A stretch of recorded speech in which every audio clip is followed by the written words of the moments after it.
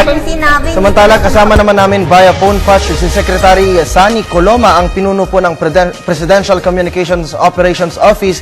Hihingi natin sa kanya ang overall assessment ng epekto ng habagat sa bayan. Magandang tanghali po, Secretary Coloma. Si Kirby po ito. Kasama ko po si Princess at si Sandro. Magandang tanghali, Kirby, Princess, Sandro at lahat ng ating taga-subaybay. Paunahin na po natin, Secretary, yung balitang napilitang pong mag-emergency landing po ang helicopter na sinasakyan po ni Pangulong Aquino kanina. Ano na po ang naging dahilan at kamusta na po ang Pangulo at ang kanyang mga kasamahan po? Unang-una, Kirby, ligtas at walang anumang kapansanan ang sinapit ng ating Pangulo. Ligtas po ang ating Pangulo at ang kanyang buong party. Maliwanag naman po yung panahon nung sila ay nag-take off sa Malacanang. Ngunit nung nandun na sila sa palapit na sa kanilang landing point sa Tarlac ay nagkaroon ng visibility problems yung chopper nila. So for safety, as a safety precaution, the pilot decided na mag-landing. At meron naman pong napili na suitable landing place at the end of the SCTEX in Tarlac. And there was no disruption of traffic. Wala naman pong naabala, wala rin pong nasaktan.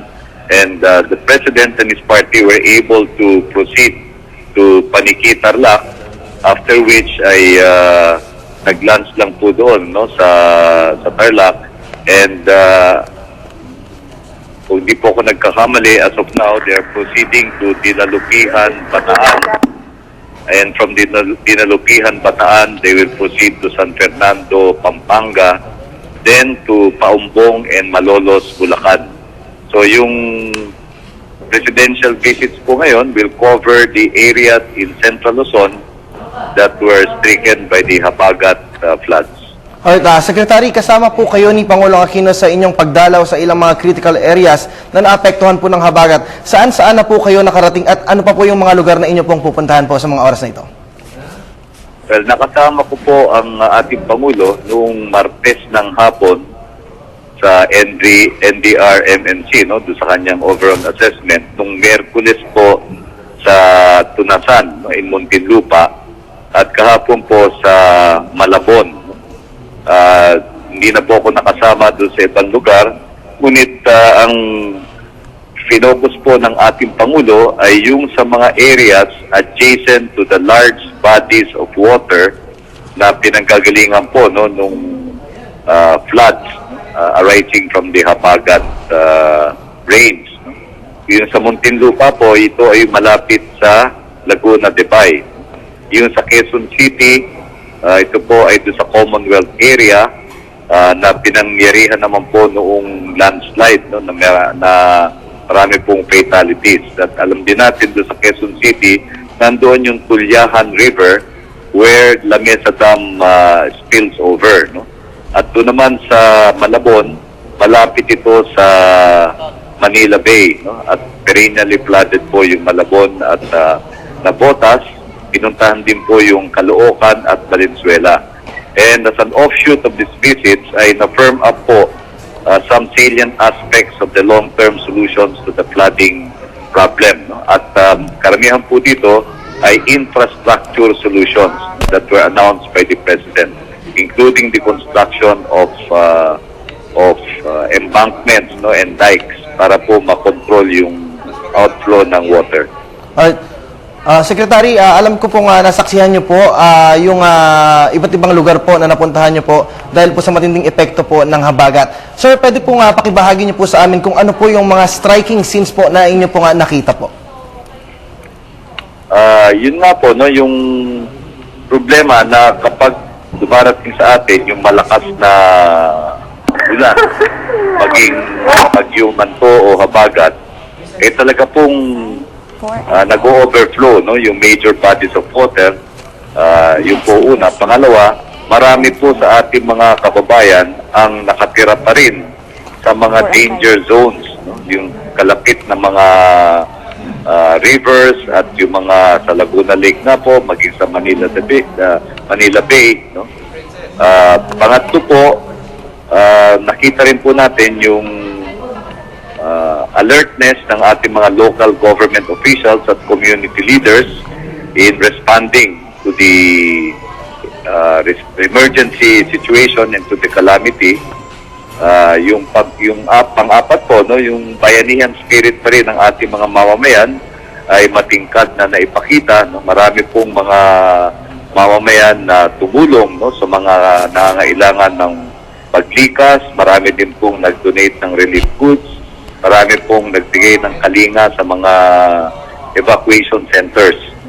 Kaya ito po ang naging matingkad na mga karanasan na nakita natin nung mga nakaraang araw. Secretary, si Princess po ito. Ano po ang naging immediate action ng Pangulo at mga ahensya ng gobyerno para maibsan ang paghihirap ng ating mga kababayang nasalanta? Para maibsan, no, yung kanilang paghihirap, siyempre ang dapat mauna ay yung relief, no, na tiyakin na meron silang tamang pagkain, no, pagkain sa tamang oras, pagkatapos yung safe drinking water. Yung kalusugan po kasi, no, after kaligtasan, yung kalusugan po ang primary concern, no, na wala pong illnesses, no, na magpapabigat palalo, no, dun sa sinasapit ng ating mga kababayan. Kaya yun po ang primary considerations, yung to provide safe haven, no, o para safe shelter dun sa mga displaced, no, by rampaging floodwaters, at yung safety din po ng mga mamamayan, aside from assuring them of yung food and then health concerns are properly addressed. Secretary, sinasabi po na kailangan ng long-term solutions para kung mangyari ang katulad ng pagulan at pagbaha ay maiwasan o mabawasan man lang ang masamang ibubunga nito sa taong bayan. Sa ngayon po, ano po ang nakikita ninyong posibleng solusyon in long-term sa ganitong sitwasyon? Ang long-term solution po talaga ay gumawa ng mga infrastructure, no, na magre-retard o yung magpapawas dun sa at magre-regulate, no, dun sa outflow of water. No. Yung po kasi tubig ulan o tubig bagyo ay nanggagaling dun sa mga bulubundukin natin at sa mga tinatawag na headwaters. At nag-spill over sa mas mababang mga ilog at mga lawa. No. So kinakailangan po ma-regulate ang flow in such a way na hindi po magiging destructive, no, at may iwas po sa panganib ang ating mga mamamayan. Kaya meron po mga infrastructure solutions for retarding, no, yung outflow of water and for containing yung excessive water na galing po sa bagyo at sa ulan. No? Dahil nga po we're dealing with dams and with water systems dito, at pag na-regulate na po yun namang paglikas, no, yung paglipat ng mga mamamayan kung meron po sa kanilang nakatira o nakatirik yung kanilang tirahan sa mga danger zones. No?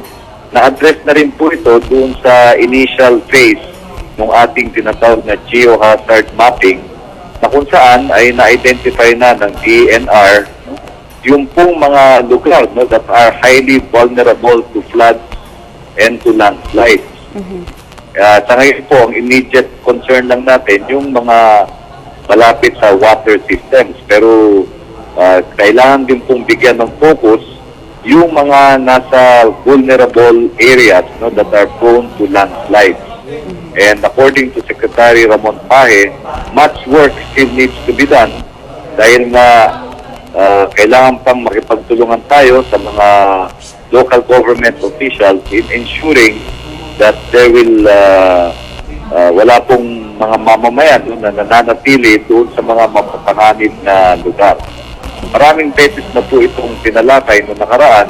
Sana yung mga aral, no, at yung mga mapait na karanasan na sinapit ng mga nasaktan o yung nabawian ng buhay ay magsilbing aral sa ating mga mamamayan na lumikat na o iwasan na itong mga danger zones na ito.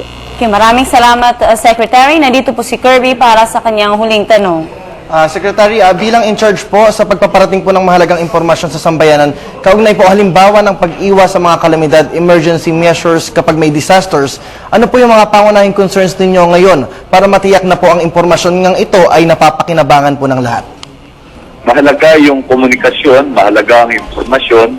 Ang unang hakbang dyan ay ipaunawa at ipaalam sa ating mga mamamayan yung mga information na dumarating sa kanila. Katulad ngayon, ang ginagamit natin ay color-coded yung ating flood and rain warnings. No? Yung color coding na ginagamit natin, yellow for alertness, orange, prepare for evacuation, at red, actual evacuation.